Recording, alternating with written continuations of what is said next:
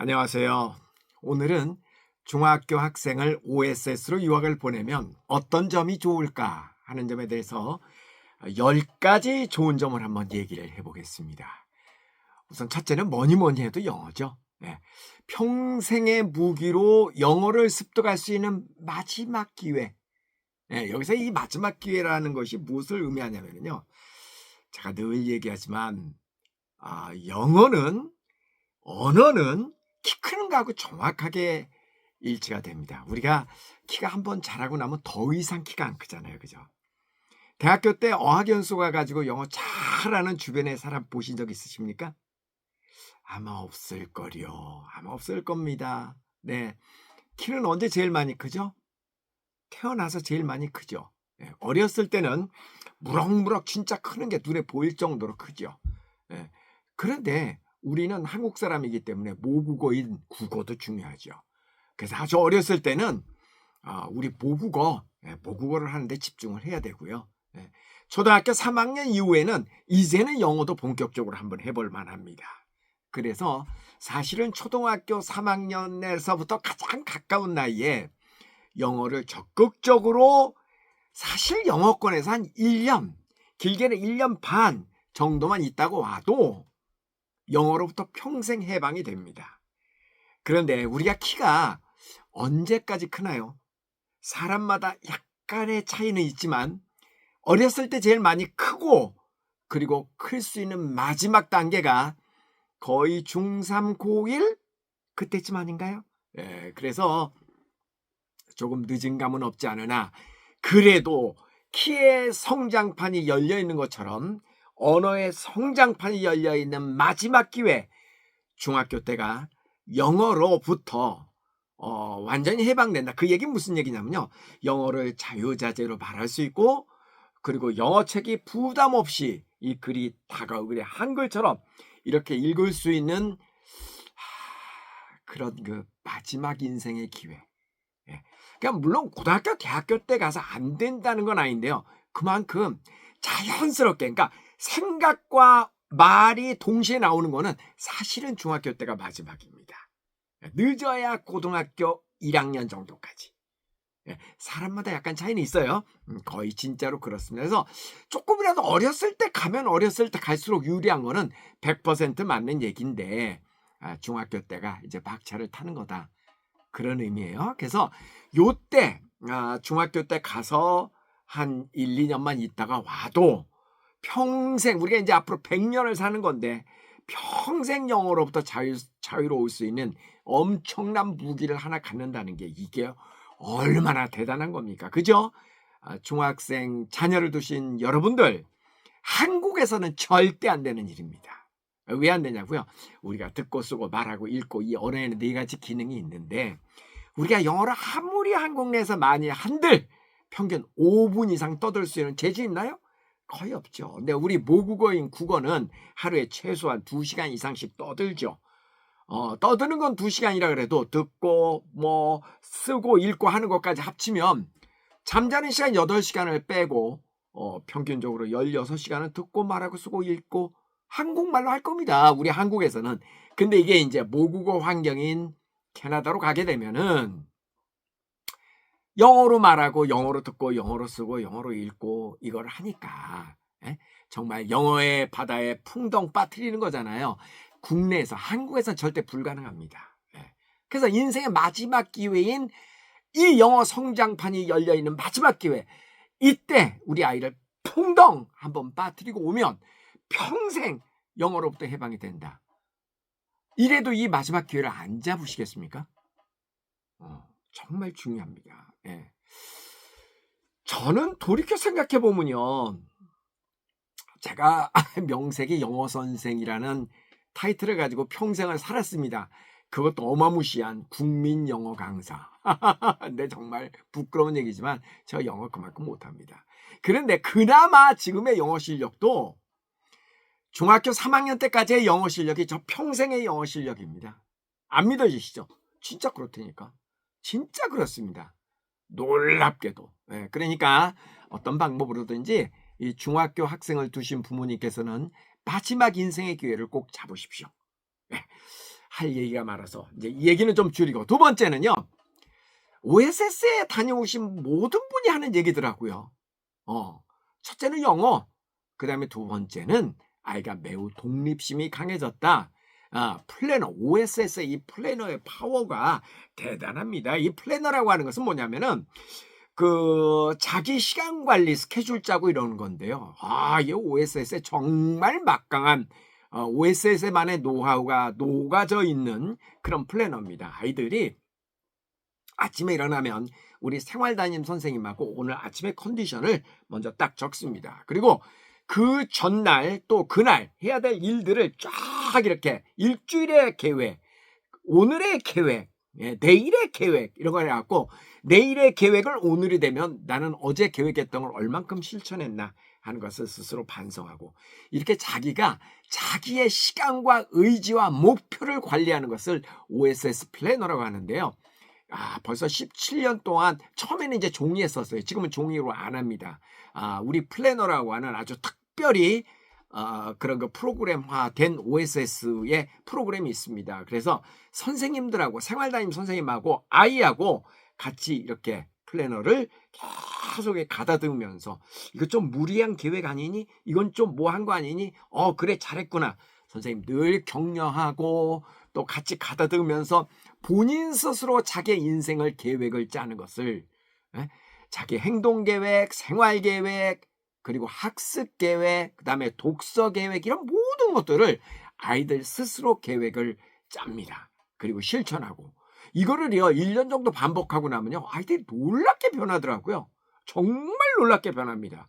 그리고 귀국하고 난 후에도 그런 플래너가 몸에 배면서부터 아이들이 자기 시간 관리와 계획 관리를 잘하더라. 그래서 손댈 게 없다 갔다 와서 이구동성으로 부모님들이 하시는 이야기였습니다. 이거 굉장히 우리나라에서는요 아이들이 플래너를 짜는 게 아니고요 부모님들이 플래너를 짭니다. 학원을 어디로 보내고 뭐 하면 뭐하고 몇 시부터 몇 시까지 뭐하고, 애들은 로봇이죠. 생각할 이유가 없어. 그냥 부모가 시킨 대로 오늘 넌 어디다 학원 차가 와서 데리고 가고 뭐하고, 그러다 보니까 아이들이요 그냥 로봇화가 됩니다. 생각 없는 아이가 되더라고요. 큰일 납니다. 그래서 이 OSS 플래너가 아이들을 성장시키는데 너무나 큰 힘이 되더라.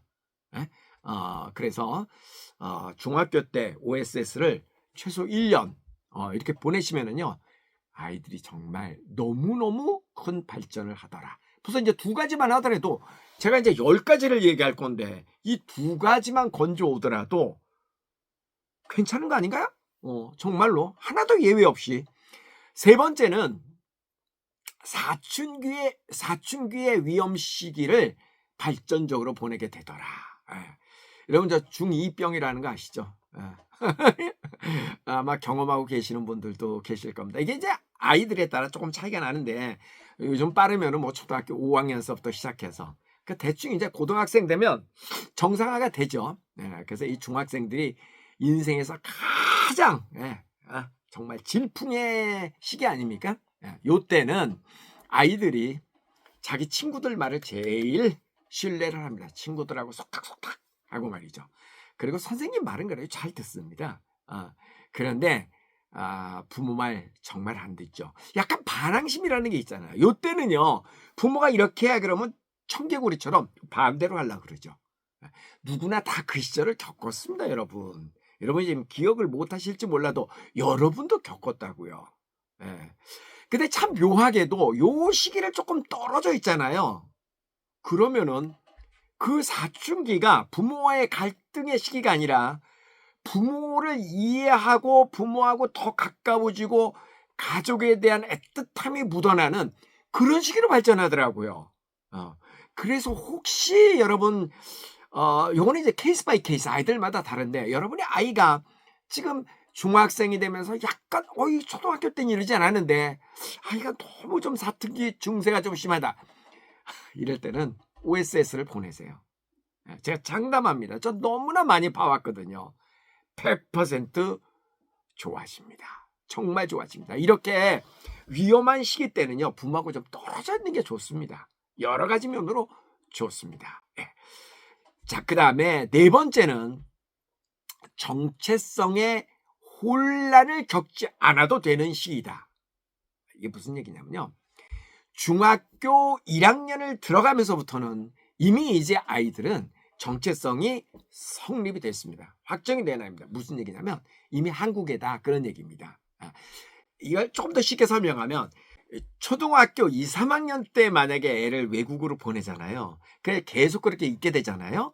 그럼 어렸을 땐 잘 모릅니다. 그런데 중학교 한 2, 3학년 이상 되면은 사춘기에 그 이런 게 있어요. 초등학교 때는요, 흑인, 백인, 뭐, 누구라도 그냥 섞어갖고 잘 지내다가 이 중고생으로 넘어가면 아이들이 피부 색깔, 머리 색깔별로 좀 놀거든요. 같은 미국, 캐나다에서 그렇습니다, 아이들이. 그리고 이제 어른이 되면은, 아무리 영어를 잘해도 같은 머리 색깔, 동양인끼리 그렇게 되는 경향이 있습니다. 그리고 완전히 거기 현지에서 태어난 아이들도 뭐 겉모습은 검은 머리지만 우리 그래 오렌지라 그러잖아요. 속은 완전히 그 나라 사람이라고 그래도 순간순간 어떤 느낌이 드냐면 나는 한국 사람인가? 나는 미국 사람인가? 캐나다 사람인가? 이런 정체성의 혼란을 갖는다고요. 그래서 이 정체성이라는 게 굉장히 중요하거든요, 살아가면서. 그런데 적어도 중학교 1학년 이후부터는요, 정체성이 이미 확정이 된 아이들이기 때문에 어떤 경우에도 중학교 1학년 이후의 아이들은 한국에서 계속 그 기간 동안 있었다고 하면 그 아이는 정체성의 혼란을 겪지 않더라고요. 그 얘기는 역설적으로는 어떤 얘기냐면요, 중학교 1학년 이후에는 아무리 미국, 캐나다에 가서 평생을 살아도 영어가 모국어가 되지는 않는다. 그 얘기하고 같은 얘기입니다. 그러니까 영어가 100% 나의 언어가 될 수는 없다. 하지만 이 중학교가 아주 묘한 시기여서요, 중학교 때 유학을 가잖아요. 그리고 계속 만약에 거기에 있다고 치더라도 요 중학교 때는 한국어와, 즉 모국어와 영어를 거의 완벽하게 구사할 수 있는 인생의 최고의 시기가 바로 중학교 때입니다. 그거 아셨어요? 이 중학교 때가 언어적으로는 굉장히 묘한 시기입니다. 예서 이중국적인 것처럼 이중 언어, 이중의 정체성을 어느 정도 가질 수 있는 200이 되지는 않습니다. 그 얘기는 뭐냐면 영어하고 한국말을 100대 100 그래갖고 200% 하는 사람을 저는 본 적이 없습니다. 기껏해야 150. 150이면 굉장히 훌륭한 거죠. 저 같은 경우는 영어가 한 90, 영어가 한 60, 한국말이 한 90. 저 한국말 훨씬 잘하죠. 그래서 150. 이 정도 되죠. 근데 이제 중학교 때 가면은요, 이 150이, 한국말 80, 영어 70, 이렇게 육박할 정도로. 그래, 그 정도 되면 이제, 바이링구얼이죠. 그 정도 되면 영어에도 불편함이 없고, 한국어에도 불편함이 없고, 또 생각도 어느 정도 주체적으로 한국인이라는 주체성을 갖고 있으면서 서양 문화를 이해하는 굉장히 좋은 시기가 중학교 시기이기도 합니다. 그래서 이 중학교 때는 장기 유학을 해도 이미 중학생이 되고 난 다음부터는 그런 정체성의 혼란을 겪진 않는다. 그리고 두 개 이중 언어를 완벽하게 소화할 수 있는 굉장히 좋은 시기가 또 중학생이기도 하다. 그 중학생이 나름대로 굉장히 매력이 있는 유학식입니다. 자, 그 다음에 이제 5번째는 자존감을 발전시켜서 인생의 주인이 나임을 확인하는 그런 계기가 된다. 무슨 얘기냐면 우리나라 교육은요, 내 생각이 없습니다. 왜냐하면 내 생각이 시험에 안 나오니까. 모든 대한민국의 교육은 뭐 대학 입시를 향해 있잖아요. 물론 미국도 그렇습니다. 대학 입시 되게 중요하죠. 근데 우리나라 대학 입시는 이미 답이 정해져 있고 이 정답을 찾는 게 대학교 입시잖아요. 그죠? 그러다 보니까 내가 뭐가 궁금하고 내 생각을 좀 얘기하려고 그래도 선생님이 막죠. 야, 조용히 해. 네 생각 시험에 안 나와. 겉으로 이렇게 얘기는 하지만 야, 선생님 말 잘 들어. 이게 시험에 나와. 자꾸 진도 못 나가. 이런 식으로 얘기를 하잖아요. 내 생각은 한국에서 사는데 별로 중요하지 않습니다. 우리 교육이 내가 내 생각을 하고 내가 주체적으로 내가 삶을 살아가는 거를 방해하죠.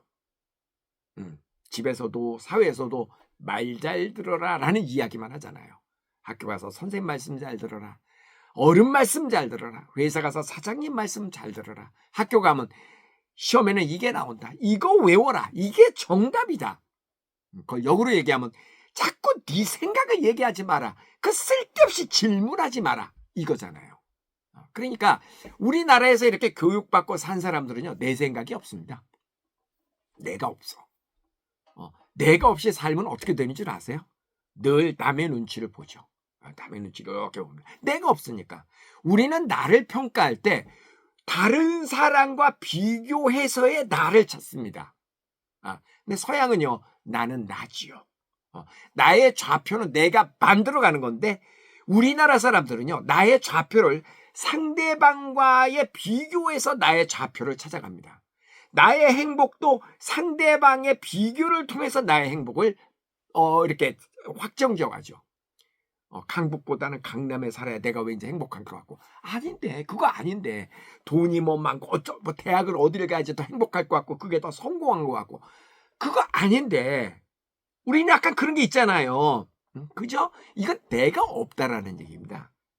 군중 속에서 다른 사람들하고의 비교를 통해서 거기에서 내가 있는 거지 내가 오롯이 나로서 존재하는 내가 없다라는 얘기거든요. 그래서 우리 질문도 잘 안 하잖아요. 질문을 하면서도 이게 맞는 질문일까? 이런 생각을 갖잖아요. 누구 질문해 보세요. 그러면 고민합니다. 이거 질문하면 이게 맞는 질문일까? 이러고. 근데 질문을 왜 하는 거예요? 질문은 궁금하니까 질문하는 거죠. 모르니까 질문하는 거고. 근데 모르는 게 창피해. 그죠? 몰라서 질문하는 건데 질문하는 게 창피해. 저 이런 경우도 많아요.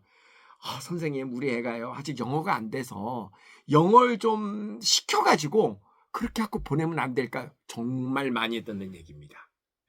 우리 애가 이제 가면은 영어로 수업을 하고 영어로 된 교과서도 읽고 영어 학교도 다니고 이래야 되는데 우리 애가 아직 영어를 너무 못해요. 그래서 아무래도 한국에서 영어를 좀 가르쳐서 가는 게 맞지 않을까 싶어요. 얘기 진짜 많이 듣거든요. 그럼 뭐하고 똑같대요. 배가 고파서 지금 밥 먹으러 가는데 밥을 좀 먹고 식당을 가겠다 그 얘기 아니에요? 우리나라에서 영어 공부하는 게 빠르겠습니까? 본토에 가갖고 영어 공부하는 게 빠르겠습니까? 그 두말하면 잔소리죠. 근데 우린 그런 생각 갖는다고. 그러니까 뭔가 잘 못하고 그럼 부끄러워. 부끄러울 게 뭐가 있어요? 잘하면 되는 거지. 그죠? 나는 나지. 남하고 비교해서 내가 있는 게 아니란 말이에요. 그런데 나는 나다라는 이런 생각이 나의 생각, my world, 나의 세계, 나만의 뭔가를 이렇게 발전시키는 것이 한국에서는 참 쉽지 않더라고요. 그런데 서양 교육을 받게 되면 아이들이 나는 나다 하는 생각이 굳어집니다. 아이들이 당당해집니다. 굉장히 당당해져. 인생의 주인이 내가 되는 것을 확인하는 계기가 되더라고요. 그래서 질문도 거침없이 하고 부끄럽지 않은 내 자신을 굉장히 자랑스럽게 생각하는 그런 아이들이 되더라. 서양 교육의 힘입니다. 중학생 자녀를 두신 분들 꼭 한번 경험시켜 보세요. 정말 좋은 계기가 될 겁니다. 그래서 아이들이 밝아집니다. 이렇게 자존심, 자존감 이런 게 발전하면 아이들의 표정이 밝아져요. 남들하고 비교해가지고 우울해하는 게 우리 한국 교육이라면 서양 교육은 비교하지 않습니다. 항상 칭찬만 하죠. 너는 너다. 너는 이거를 잘하니까 너는 훌륭하다. 항상 그러거든요. 얼마나 좋아요. 경험해 보시면 아이들이 그러니까 처음에 여기를 떠날 때는 나는 영어를 못해 뭐를 어떻게 이렇게 하고 수줍어 부끄러워 그래가지고 굉장히 중학교 아들 유학 가라 하면 안 간다가 답입니다. 내 스스로 막 가겠다 그런 애들은 없습니다. 거의 없어요. 그런데 그랬던 아이들이 어떻게 가고 나면은요 밝아집니다. 그리고 아이들이 막 이렇게 기세가 등등해지고 어깨가 쫙 펴지면서 자신감에 넘쳐나는 아이들을 많이 보게 되거든요. 서양 교육의 힘입니다. 정말 그렇습니다. 여러분 혹시 아이들에게 이렇게 유학을 권했을 때 아이가 안 간다 그러면 놀라지 마십시오. 대부분의 아이들은 안 간다 그럽니다. 안 간다 그럽니다. 그런데 제가 만나서 이야기를 하면 아이들이 마음이 조금 열립니다. 그리고 가서 직접 부딪혀 보면은요, 활짝 열립니다. 전 지금까지 중고등학교 아이들이 와가지고 다시 돌아가고 싶다라는 아이를 한 명도 본 적이 없습니다. 정말로 본 적이 없습니다. 그 얘기는 뭐예요? 아이들이 자기의 인생, 나는 나다라는 그 존재의식을 찾게 되는 거죠. 여러분, 제가 단언코 이야기하는데 늘 비교를 통해서 내가 존재하는 이런 한국형 스타일에서는 행복하기 힘듭니다. 행복의 첫째 조건은요, 나는 나다. 내 스스로의 삶을 아끼고 나를 아끼고 비교하지 않는 것을 몸의 생활 속에서 터득함으로써 그것이 행복으로 가는 지름길입니다, 여러분. 근데 우리나라 환경에서는 그런 거 몸에 체득하기 정말 힘듭니다. 제가 늘 얘기하잖아요. 저는 전 세계에서 제일 행복한 사람이라고 늘 외치는데 비교하지 않는 삶을 살기 때문에 그렇습니다. 근데 저뿐만 그런 게 아니고 서양 교육 받은 사람들의 공통적인 특징입니다. 꼭 한번 경험을 시켜보세요. 자, 이번에는요, 많은 생각할 기회를 가지고 또 다양한 경험을 통해서 미래를 계획한다. 우리는요, 아이들이 결정적으로 학교 교육에서 그리고 일반적인 생활에서 경험의 세계가 너무나 짧습니다. 교과서를 통해서 시험 문제 하나 맞추고 정답 하나 맞추고 점수 하나 맞추고 여기에 급급하기 때문에 사실은 다양한 경험을 중학교 때 한다? 쉽지 않은 문제죠. 정말 쉽지 않습니다. 누구나 다 학교 끝나면 학원 다니잖아요. 그죠? 이런 생활 속에서 나의 적성이 무엇이고 이런 걸 찾기 힘듭니다. 현실적으로. 그런데 서양 교육을 갖다 보면은 학교 내에서도 교육이 예를 들어서 뭐 공작실도 있고 학교에 굉장히 다양한 시설들이 많습니다. 그런 걸 통해서 또 자원봉사 활동이라든가 이런 다양한 활동을 통해서 나의 적성을 찾아간단 말이에요. 나는 이런데 굉장히 재주가 있구나. 그리고 또 큰 장점이 뭐냐면 부모로부터 이렇게 떨어져 있으면서 혼자 계획하고 혼자 책 읽고 혼자 생활하고 또 교육 자체가 너는 어떻게 생각해? 네 생각은 뭐야? 항상 이런 질문과 토론으로 교육을 하잖아요. 그러니까 아이들이 그런 환경 속에서 생각 자체가 발전합니다. 다양한 생각을 할 줄 아는 그런 아이로 변모해 가더라고요. 그래서 많은 생각할 기회를 갖고 그리고 다양한 경험을 통해서 나의 미래를 이렇게 그려가고 만들어가는 겁니다. 우리는 부모가 미래를 확정시켜주죠. 너는 의대 가. 너는 뭐 해. 그러려면 이렇게 해야 돼. 야, 엄마 아빠가 뭐 하나 차려줄게. 이렇게 부모가 아이들의 미래를 그려놓고 거기다 맞추려고 그러잖아요. 그죠? 이게 얼마나 위험한 생각입니까? 그런데 서양 교육을 아이들이 받다 보면 스스로 생각하고 스스로 의구심을 갖고 스스로 경험하고 다양하게 경험하고 자기 의견을 얘기하고 이러면서 자기 미래를 자기가 구상한단 말이에요. 얼마나 중요한 겁니까? 이래도 한번 기회를 안 가져보시렵니까? 자, 7번째는요. 체력이 좋아지고 생활체육의 기틀을 잡게 된다. 우리나라 아이들이 유학을 가면요. 제일 잘하는 과목은 수학입니다. 수학은 어지간하면 다 A입니다. 제일 못하는 과목이 뭔지 아세요? 체육입니다. Physical Education, PE. 그 서양 아이들은 어렸을 때부터 이 운동을 하도 많이 해서 생활체육이죠. 정말 체력이 좋습니다. 여러분은 어떠세요? OSS에 보내는 학부모님들 대부분 성공하신 분들이죠.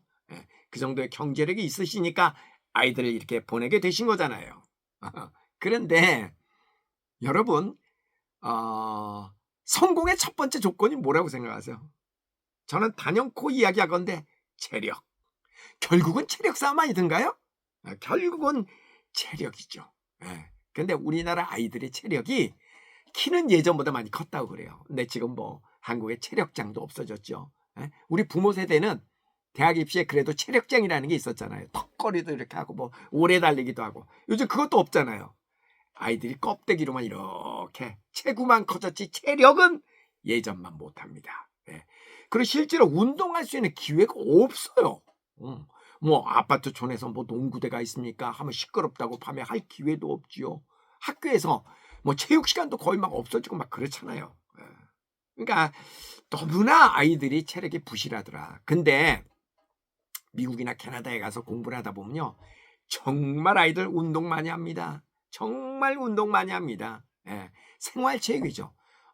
운동을 떠나서는 이 서양 생활을 설명하기가 힘듭니다. 예, 그래서 이 서양 사람들은 올림픽에 나가는 것도 처음 다 어렸을 때부터 그 올림픽이 아마추어잖아요. 아마추어 프로가 아니고. 그러니까 거기서 이렇게 생활체육을 통해서 그것이 아마추어로 즐기면서 운동을 하죠. 그래서 왜 선수들 보면은 뭐 메달을 따고 안 따고가 중요한 게 아니라 메달을 따도 굉장히 막 안 따도 즐거워하고 아주 즐겼다라고 얘기를 하잖아요. 우리는 메달을 못 따면 막 기가 팍 죽어가지고 우리는 메달에 목숨을 걸잖아요. 그죠? 근데 서양 사람들은 그러지 않죠. 그죠? 예, 그러니까 이 체력을 가꾸는 데는 정말 서양 교육이 아주 도움이 되더라. 예. 그래서 그런 교육 한번 시켜보세요. 어렸을 때부터 해야 될 게 정말 많은데 우리는 오로지 공부. 안타깝죠? 예. 그 다음에 8번째는 소통 능력이 굉장히 향상되더라. 여러분, 우리가 살아가는 방법이 크게는 두 가지가 있죠. 하나는 지식 베이스로 살아가는 방법, 그 다음에 또 하나는 소통 베이스로 살아가는 방법이 있습니다. 관계 베이스. 예. 무슨 얘기냐면 사실 뭐 많은 지식을 가지고 어떤 문제를 해결한다. 뭐 과학자라든가 의사라든가 뭐 의사 같은 직업이야. 어떤 질병을 정말 잘 고칠 수 있는 어떤 분이 있다면 굳이 조금 뭐 사람들하고 관계가 삐걱삐걱해도 워낙 탁월한 기술을 갖고 있다면 뭐 살아가는데 지장이 없죠. 그죠? 그러나 대부분의 경우에는 이 관계라는 것이 정말 중요합니다. 지식도 중요하지만 관계, 즉 소통하는 능력도 굉장히 중요하다고요. 특히 경영자는 더더군다나 그렇죠.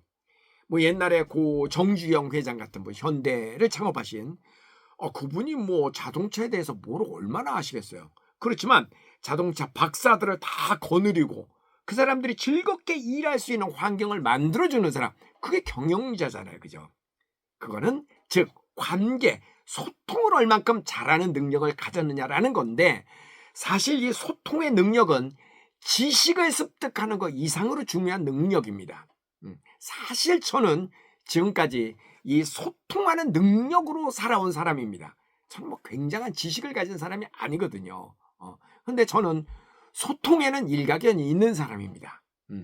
소통은 기본적으로 말 잘하는 거. 근데 단순히 말만 잘하는 게 아니라 사람들하고 어우러져서 대화를 잘 이끌어내고 그 다음에 의견을 통합하고 그 다음에 어떤 사람을 설득시키고 이런 게 다 소통의 범주에 드는 거잖아요. 그죠? 예. 근데 이런 대한민국의 교육은요, 소통 교육을 안 시킵니다. 오로지 지식 교육만 시키죠. 지식 교육. 그러니까 좋은 대학을 가고 좋은 직업을 가진 사람들이 주변 사람들하고 잘 어울리지를 못합니다.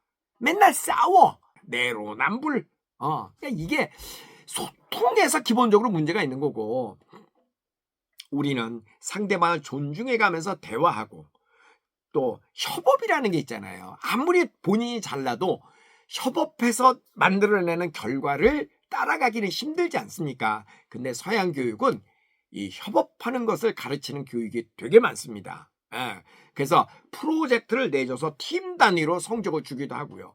그러니까 이런 것들은 대화와 질문과 리서치와 이런 걸 통해 가지고 협업하는 기술, 대화하는 기술, 소통하는 기술, 그리고 다양한 액티비티를 통해서 함께 뭐 운동이라든가 스포츠 활동, 그다음에 여행도 같이 가고 뭔가를 이렇게 방과 후 활동 이런 걸 통해서 아이들이 협업하는 능력을 배운다고요. 소통하는 능력을 배운다고요. 이거는 서양 교육이 주는 굉장히 큰 장점입니다. 예. 중학교 때 가면은 이런 굉장히 중요한 것을 얻을 수 있다, 그런 얘기입니다. 그다음에 이제 9번째는 중학교 때 OSS로 유학을 이렇게 보내면 이제 영어도 어느 정도 되죠. 영어도 되죠. 그다음에 조금 아까 말씀드린 뭐 소통 능력, 체력, 그다음에 플랜을 통해서 자기 개발, 적성을 찾고 이런 모든 것들, 이런 걸 해서 미국이나 캐나다 대학 갈 때 훨씬 유리하다. 그리고 대학 가서도 공부하는 게 월등히 유리하다. 한국에서 고등학교 졸업하고 한국에서 뭐 미국 대학, 캐나다 대학 얼마든지 갈 수 있습니다. 문제는 가서가 문제죠. 가서가 문제입니다. 아무래도 영어도 딸리고, 물론 이렇게 글로 하는 건 어느 정도 될 수 있을지 몰라도 소통하는 능력이라든가 공부 방법이 다르니까, 우리나라에서 했던 방식하고 서양식 공부 방법은 완전히 다르니까 아이들이 얼떨떨하다고요. 그래서 아무래도 이제 중학교 때 이렇게 영어 환경에서, 본토 환경에서 공부했던 경험이 있는 아이들은 나중에 미국이나 캐나다로 대학을 갔을 때 대학 생활이 훨씬 원활하게 좋은 결과를 가져올 수 있다. 그래서 혹시 미국이나 캐나다나 심지어 뭐 독일이나 어떤 나라, 뭐 싱가포르나 세계적인 유수한 대학으로 진출해서 우리 아이가 대학 수업을 받기를 계획하고 있다면 중학교 때 꼭 OSS를 보내세요. 보내세요. 그때 이렇게 조금이라도 어렸을 때 그런 무기를 몸에 다 이렇게 무장을 시켜야 대학교 때 가면 훨씬 유리할 수 있다. 그런 이야기입니다. 마지막 10번째. 이게 이제 한마디로 정의하는 건데요. 세상살이의 두려움이 없어진다. 누가 뭐라 그래도 지금의 세상은 미국을 중심으로 한 서양 사회가 이끌어가는 세상입니다. 부인할 수 없죠. 그래서 이런 서양 교육으로 우리가 습득해서 우리 몸에 딱 체화가 돼서 언어도, 사고방식도, 그 다음에 소통하는 방식도, 다양한 문화에 대한 이해도 이런 걸로 이렇게 딱 무장이 되면은 전 세계 어디를 가도 두려움이 없습니다. 여러분, 국내에서, 한국에서 그냥 서울에 산다라는 이유만으로 전국 어디를 다녀도 왠지 좀 당당하지요. 사실 그런 거 있죠? 없잖아, 있죠. 그런 것처럼 영어권에서 중학교 때 가서 이렇게 영어라든가 여러 가지 서양 문화를 이해하고 서양식 사고방식을 갖고 그런 것으로 이렇게 딱 무장을 하고 나면은요, 평생 살아가는데 전 세계 어디다 던져놔도 당당합니다. 세상살이에 두려움이 없다는 겁니다. 독립심도 생겼죠. 스스로 생각할 줄도 알죠. 체력도 있죠. 그렇다니까요.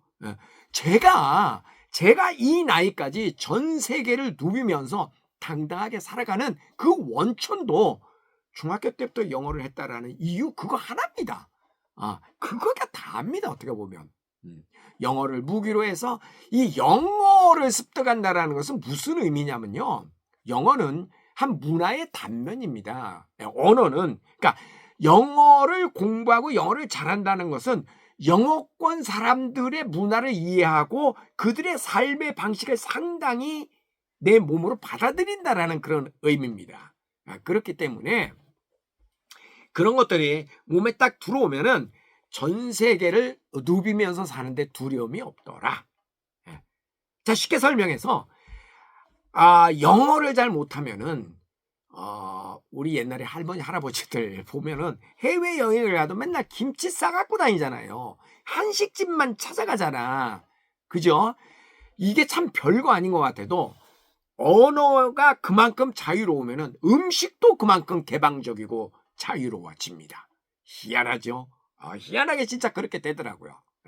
그리고 또 영어권으로 이렇게 가면은 세계 각국의 문화가 다 들어와 있는 그런 문화잖아요. 문화권 자체가 캐나다도 그렇고 미국도 그렇고. 그죠? 그렇기 때문에 그 나라에 살다 보면 세계 각국의 문화를 동시에 접하면서 성장한단 말이에요. 그래서 전 세계 어디를 가도 두려움이 없습니다. 그리고 고정관념을 갖지 않게 된다고요. 이것이 정답이다라고 생각하는 게 아니라 이것도 정답, 저것도 정답, 다를 뿐이지 그것이 정답은 아니다라는 개방적인 사고의 유연성을 갖게 된다는 겁니다. 여러분, 이 나이는 정말 중요합니다. 키 크는 데만 중요한 게 아니라 언어가 성장하는 데도 중요하고, 사실은 눈에 보이지 않지만 사고방식이라든가 여러 가지 이 머릿속에 많은 것들이 성장하는데 결정적인 역할을 하고요. 그리고 일단 키가 크면 키가 고정적으로 되는 것처럼 언어도 확정적으로 되고, 더불어서 사고방식도 확정적으로 돼서 그 사고를 바꾸는 게 굉장히 어려워집니다. 저는 제가 60년생인데 지금도 이렇게 에너지가 많고 전 세계를 누비면서 두려움이 없는데, 그 원천은 중학교 때 익혔던 영어의 힘이라고 확신합니다.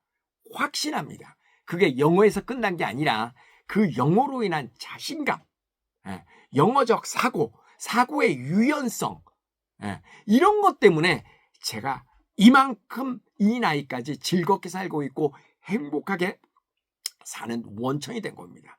그리고 제 자신이 그렇게 바뀌었기 때문에 제 아들도 제 딸도 서양 교육을 시키게 된 거고요.